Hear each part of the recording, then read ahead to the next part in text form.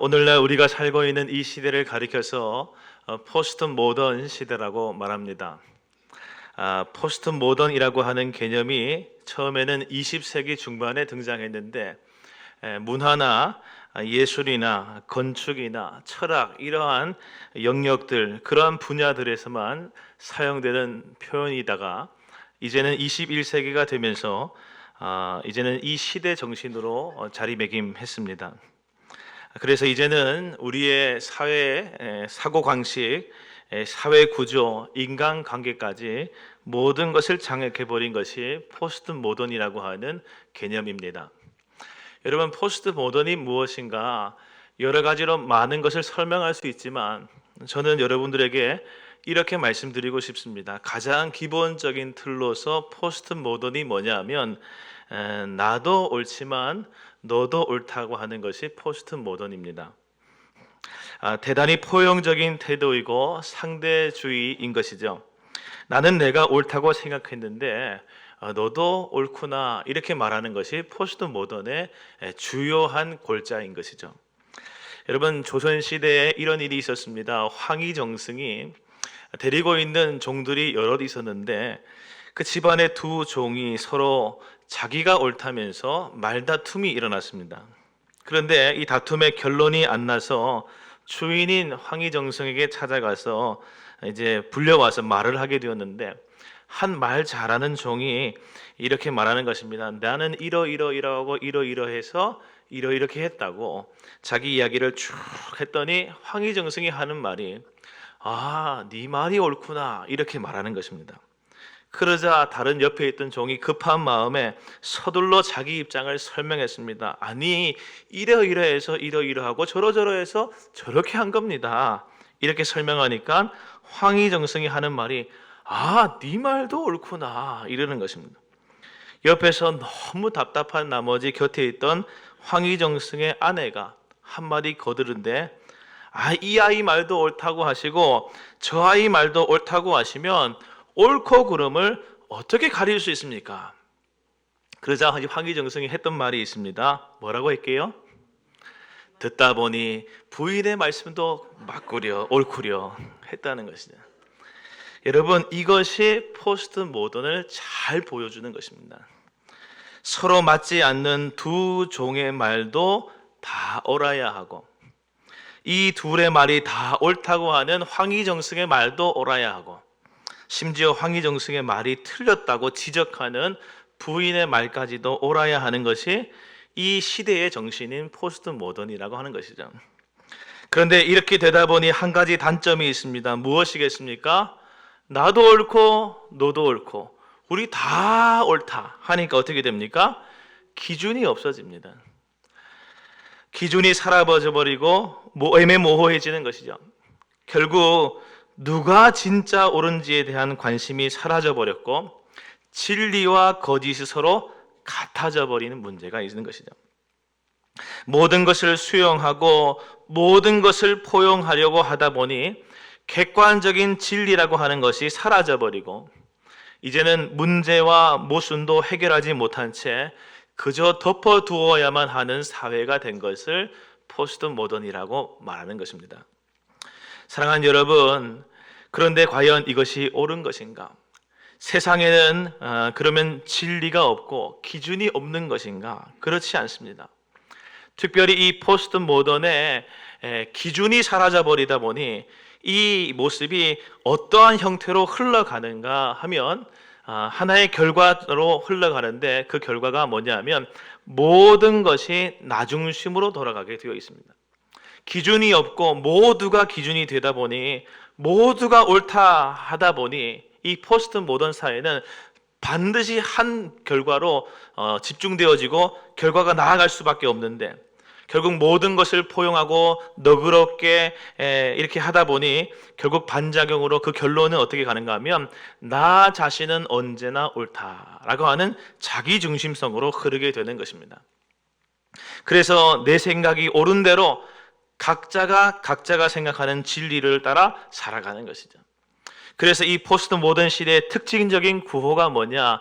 네 마음대로 해라. 네가 너의 인생의 주인이다 하는 것이 포스트 모던 시대의 특징인 것입니다. 그런데 여러분, 이것이 과연 옳은가? 성경은 해 아래 새 것이 없다라고 말했던 지혜자의 고백처럼 이 포스트 모던 사회의 모습이 요즘 나타난 역사상에 처음 드러나는 모습이 아니라는 것을 성경이 말해줍니다. 성경에 포스트 모던과 가장 흡사하고 어쩌면 먼저 있었던 포스트 모던이라고 보여지는 시대가 있었는데, 그 시대가 언제냐면 사사시대입니다. 사사기를 읽어보시면 그 사사시대에 대한 정의와 사사시대가 어떤 시대였는지에 대해서 한마디로 표현해주는 구절을 발견하게 되는데, 사사기 17장 6절과 사사기 21장 25절에 반복해서 두 번 말해줍니다. 제가 읽어드리겠습니다. 그때에 이스라엘의 왕이 없었으므로 사람마다 자기 소견에 옳은 대로 행하였더라. 그때에 이스라엘의 왕이 없으므로 사람이 각기 자기 소견에 옳은 대로 행하였더라. 이렇게 성경이 말합니다. 다시 말해서 자기 소견에 옳은 대로 행하는 사회, 각자가 모두가 다 자기가 기준이 되어진 사회, 기준이 너무 많다 보니 이제는 기준이라고 부를 것이 없어진 사회가 하나님을 그토록 바르게 섬기지 못했던 사사시대의 모습이었고, 그러한 시대적 부패상이 오늘날 우리의 삶의 모습에도 그대로 드러나는 것이 이 시대의 시대 정신인 포스트 모던이라고 하는 것이죠. 사랑하는 여러분, 기억할 수 있게 되기를 바랍니다. 기준이 없다고 하는 것은 참으로 무서운 것입니다. 너도 옳고 나도 옳다고 하는 것이 처음 얼마간은 함께 사는 사회를 아름답게 세우는 것 같이 보입니다. 그러나 가만히 보고 오래 보면 어지럽히는 것이 되는 것이죠. 처음에는 선인 듯 보이지만, 처음에는 그것이 모두를 아우르는 포용과 배려처럼 보이지만, 알고 보면 그것은 자유가 아니라는 것이죠. 음악을 하시는 분들 가운데 음악을 하시는 분들이 잘 아는 것이 있습니다. 저도 학부 때 작곡을 전공해서 음악을 조금 했었는데, 음악 하시는 분들에게 완전한 자유가 허락되는가? 그렇지 않습니다. 음악은 악보라고 하는 자유를 제한하는 틀 가운데에서 연주되는 것이 음악입니다. 5음계, 7음계, 12음계 이런 음계가 있습니다. 그래서 악보 안에서 충실할 때에 좋은 연주자가 되는 것입니다.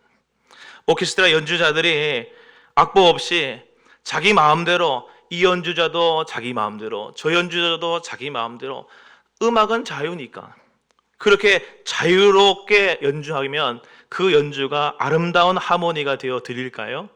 그렇지 않습니다. 그 연주를 하는 이도 듣기 싫은 연주하는 것이고, 듣는 사람도 그 연주를 다시 듣기 싫은 것이죠. 연기를 하는 사람도 마찬가지입니다. 즉흥 연기, 애드립, 그것을 잘하면 와, 좋은 연기자다 말할 수 있습니다. 사람들에게 공감을 자아내는 그러한 연기자구나 말할 수 있습니다. 그렇지만 연기자들도 대본이라고 하는 스크립트 안에, 그 안에 충실한 가운데, 그리고 그 충실한 가운데에 애드립과 즉흥 연기가 있어져야 더 아름다운 연기를 할 수가 있어지는 것이죠. 세상 모든 것이 다 그렇습니다. 어떤 축구 경기나 달리기 경기나 경기를 하는 사람도 마찬가지입니다. 그 해당 경기의 룰대로, 그 룰이 지켜지는 가운데에서 그 경기가 치러져야 사고 나지 않고 또 멋진 경기를 치를 수가 있는 것이죠. 사랑하는 여러분, 인간을 인간답게 하는 것은 포스트 모던 이 시대가 말하는 것처럼 무분별한 자유, 끝도 없는 포용, 그것이 아니라 명백하고도 절대적인 기준에 의한 적절한 자유, 기준이 완전한 가운데에서 누리는 자유, 그것이 바로 우리를 인간다움을 보장해주고 또 인간다움을 누리게 하는 참된 은혜의 역사의 길이 될 수 있음을 우리는 기억하는 성도가 되어야 할 것입니다. 그러면 여러분, 이 시대에 어떤 것이 우리 인간의 가장 절대적이고 가장 완벽한 기준과 룰이 될 것인가? 여러분, 성경은 우리에게 말하기를 모든 성경은 하나님의 사람으로 온전하게 하며 모든 선한 일을 행할 능력을 갖추게 하는 말씀이다 하였습니다. 오늘 말씀이 성경이 말합니다. 성경이야말로, 하나님 아버지의 말씀인 성경이야말로 모든 인생이 절대적인 기준으로 삼아야 하는 그 유일한 요소다, 이렇게 말해주고 있는 것입니다. 하나님의 말씀인 성경은 사람을 온전하게 하고 사람에게 선한 일을 행할 수 있는 능력을 갖게 합니다. 다시 말해서 사람을 사람답게 살게 하는 것이 바로 성경인 것이죠. 믿으시면 아멘 하시기 바랍니다. 여러분, 하나님은 늘 말씀하시는 분이십니다. 내 음성을 듣고 순종하여야, 그래야 너희가 존재의 의미를 가지게 된다. 내 음성을 듣고 너희가 순종해야 너희 인생이 가치 있다. 내 말을 듣고 너희가 순종해야 너의 삶이 아름답고 복된 인생이 되어진다. 성경을 통하여 우리 계속해서 말씀하시죠. 그리고 그 말씀을 언어로, 활자로 주고 계시는 것이, 기록된 말씀으로 언제든지 그 말씀을 다시 우리가 받을 수 있도록 주신 것이 하나님의 말씀인 이 성경인 것입니다. 여러분, 사람으로 하여금 정말 사람답게 살게 하는 힘은 무엇이겠습니까? 여러분, 여러분이 기준이 되어지면 사람답게 살 수 있을 처럼 느껴지지만 그렇지 않죠. 하나님의 말씀으로 말미암는 것입니다. 절대적인 기준이 없는 이 세상, 모든 것이 다 기준이 되어진 것 같은 이 세상, 그래서 거짓이 난무하는 이 세상에서 진리를 따르고자 하는 사람에게 유일한 지침되어야 하는 것이 바로 성경인 줄로 믿으시기를 바랍니다. 여러분 모두가 하나님의 말씀의 진리 가운데 기준을 둘 때 우리가 살아가는 이 세상은 하나님 나라가 될 것입니다. 또한 이 세상에 드디어 하나님의 정의와 공의가 실현될 것입니다. 그것을 우리가 꿈꾸는 것입니다.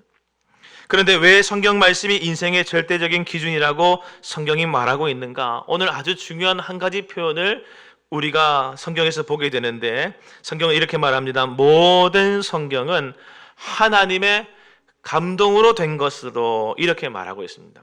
왜 성경이 인생의 절대적인 기준인가? 이것 때문이라는 것이죠.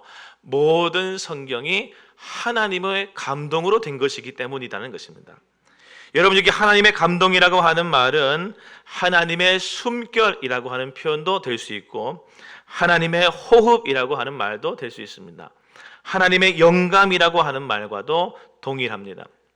다시 말해서 하나님께서는 창세기 2장 7절에서 흙으로 사람을 지으시고 그 코에 생기를 불어넣으심으로 흙이 생명, 살아있는 존재가 되게 하셨는데, 이와 똑같이 성경은 하나님의 호흡이 담겨있는 하나님의 말씀으로서 그 흙과 같은 우리 존재인 인간이 살아있는 영적인 존재, 영과 혼과 육이 모두 살아있는 자로 이 세상을 살게 하는 하나님의 숨결이다, 하나님의 호흡이다, 하나님의 영감이며 하나님의 감동이 들어있는 말씀이다. 성경은 이렇게 말해주고 있는 것입니다.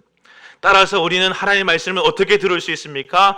기록된 하나님의 이 말씀을 통하여 우리는 하나님의 음성을 듣게 되는 것입니다. 성경의 저자는 사실 하나님이십니다. 물론 실제적인 저자들이 40여 명으로 여러 사람들이 있습니다. 마태도, 누가도, 베드로도, 사도 바울도 성경을 기록한 저자이기는 하죠. 또 1600년간의 기간을 걸쳐서 기록된 책이 성경이기도 합니다. 그러나 이 66권의 책을 한데 묶어서 우리는 한 권의 책이라고 말하는 이유가 무엇이겠습니까? 그것은 하나님께서 그 모든 사람들을 통하여서 기록하셨지만 한 성령의 감동으로 그 모든 것을 기록하셨기 때문입니다. 그러므로 성경의 66권이 서로 다른 이야기하는 것이 아니라 일관적으로 말하고 있는 내용과 요지가 같은 것입니다. 무엇을 말하고 있는 것입니까?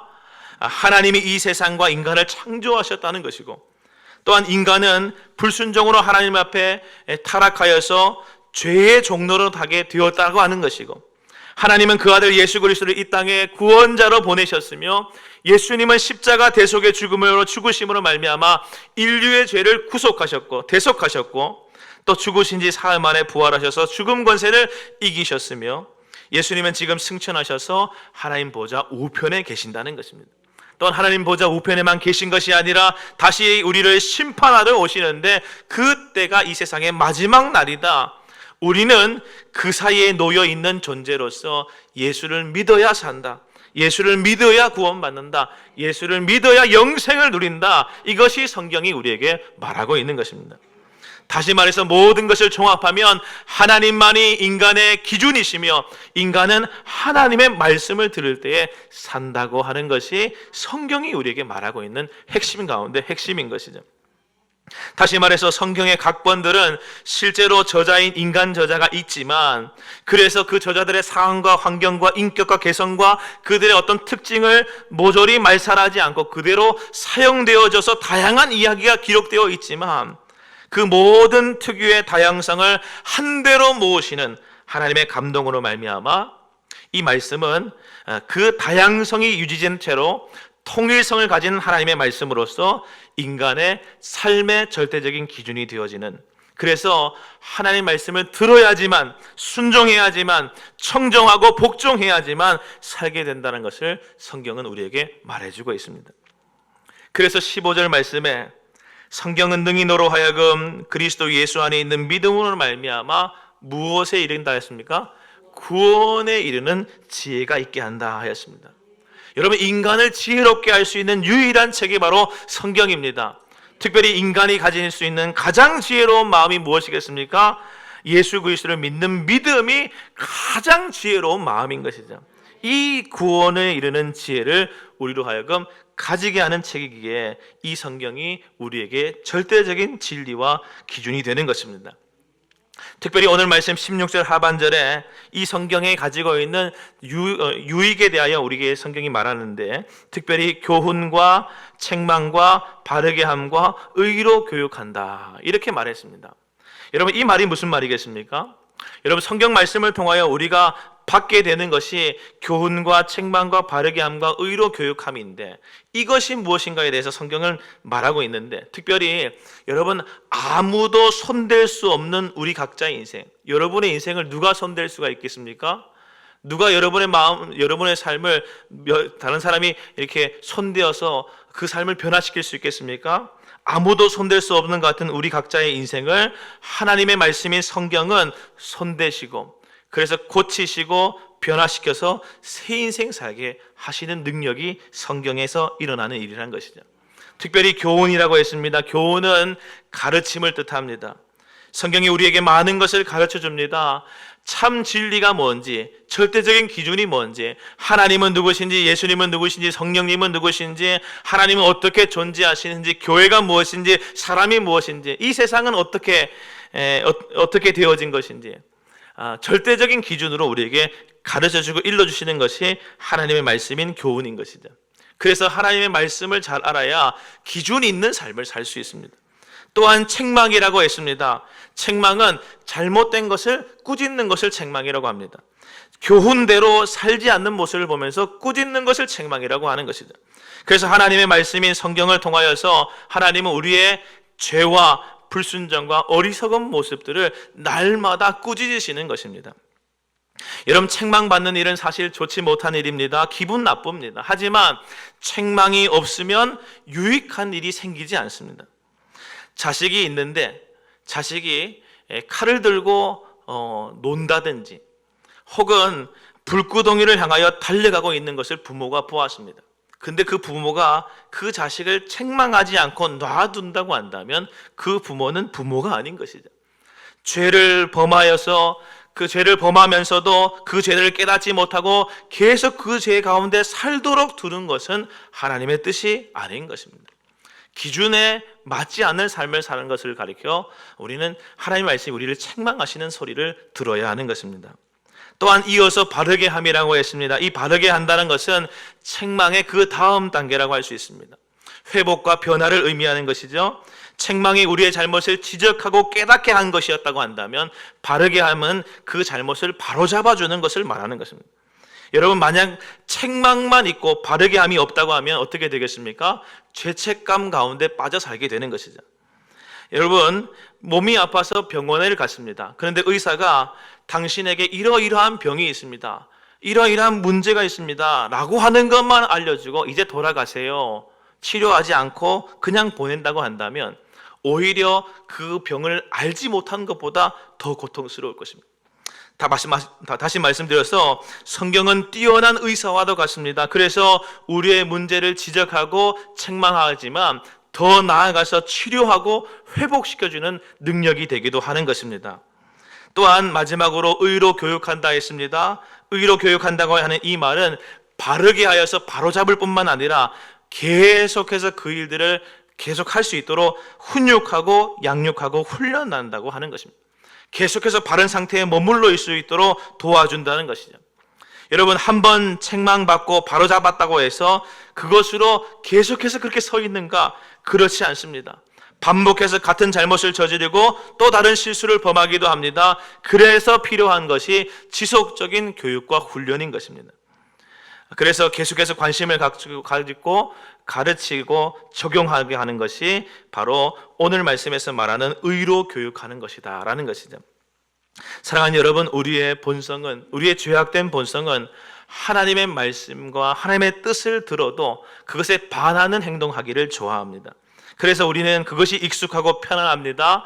훈련이 없으면, 다시 말해서 계속적인 교육이 없으면 익숙하고 편안한 죄의 본성을 따라서 다시 넘어지게 되는 것입니다. 그러나 성경이 이것을 막아주는 역할을 하는 것입니다. 사랑하는 여러분, 세상 사람들은 성경을 많은 책 가운데 하나로 봅니다. 성경에 많은 책이 있는데 그 책 가운데 좋은 책 하나, 그것이 성경이라고 말하지. 하지만 성경은 그런 것이 아닙니다. 사람을 사람답게 하는 절대적인 기준이고 사람을 사람답게 할 수 있는 유일한 책이 되는 것이죠. 따라서 우리는 선하고 아름다운 삶으로 세밀하게 인도함 받고 지도함 받기 위하여 이 유익한 책인 성경을 사모하고 사랑해야 하는 줄로 믿습니다. 성경은 하나님의 감동으로 하나님에 의하여서 우리에게 주어진 것이기에 하나님의 말씀입니다. 그러므로 이 말씀을 어떻게 해야겠습니까? 우리가 성경의 유익을 제대로 안다면 더더욱 성경을 가까이 하는 성도가 되어야 할 줄로 믿습니다. 베레아 사람들이 있었습니다. 베레아 사람들은 어떠한 마음을 가졌는가? 간절한 마음으로 말씀을 받고 이것이 정말 그러한가 하여서 날마다 성경을 상고했던 사람이 베레아 사람이라고 사도행전에서 말하고 있습니다.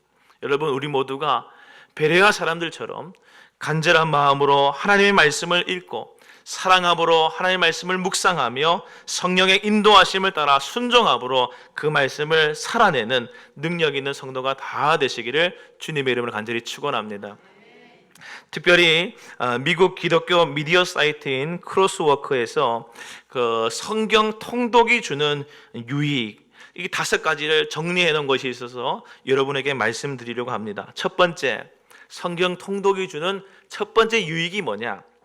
매년 성경 통독을 통하여서 주님과 함께하는 시간을 최우선으로 삼는 습관을 가지게 된다라는 것입니다. 여러분, 사람은 습관에 따라서 그 삶이 형성되어집니다. 어떤 습관을 가지고 있느냐? 기도하는 습관을 가지고 있느냐? 먹는 걸 좋아하는 습관을 가지고 있느냐? 운동 좋아하는 습관을 가지고 있느냐? 그 습관에 따라서 삶의 형태가 달라지는 것이죠.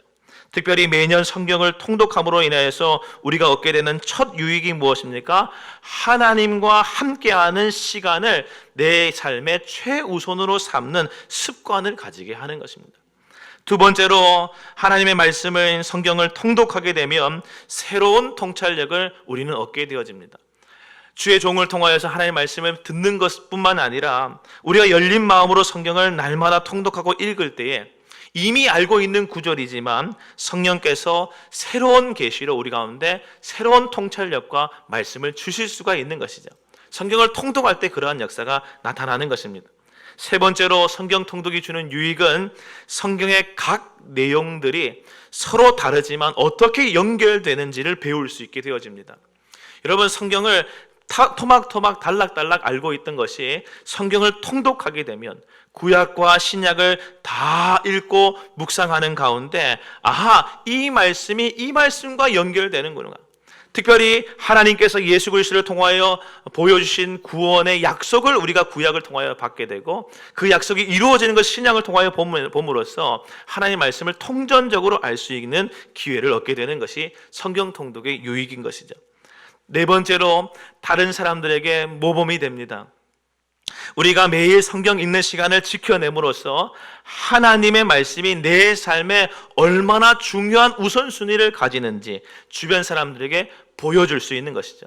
특별히 나에게 이 성경 말씀이 내 안에 얼마나 우선순위 가운데 있는 것인가를 우리가 성경 통독하는 시간들을 날마다 지키는 것을 보여줌으로 다른 사람들에게 본을 보일 수가 있는 것입니다.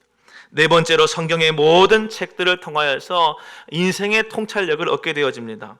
여러분, 앞서 말씀드린 것처럼 하나님의 감동으로, 하나님의 영감으로 주어진 하나님의 말씀이기 때문에 성경은 우리를 구원하는 말씀일 뿐만 아니라 우리 인생에 필요한 모든 통찰력을 하나님께서는 이 성경 말씀을 통하여 지혜를 얻게 하시는 것입니다. 이제 말씀을 정리하고 오늘 말씀을 마치겠습니다. 여러분, 지금 우리가 사는 이 세상은 하루가 멀다 하고 변화하는 세상이죠. 1분 1초가 단위로 빠르게 속도로 변화됩니다.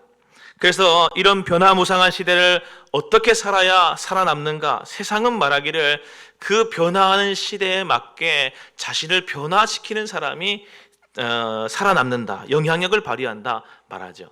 그래서 잘 변화하는 기업이 다음 세대, 차세대에 좋은 기업이 될 것이라고 말합니다.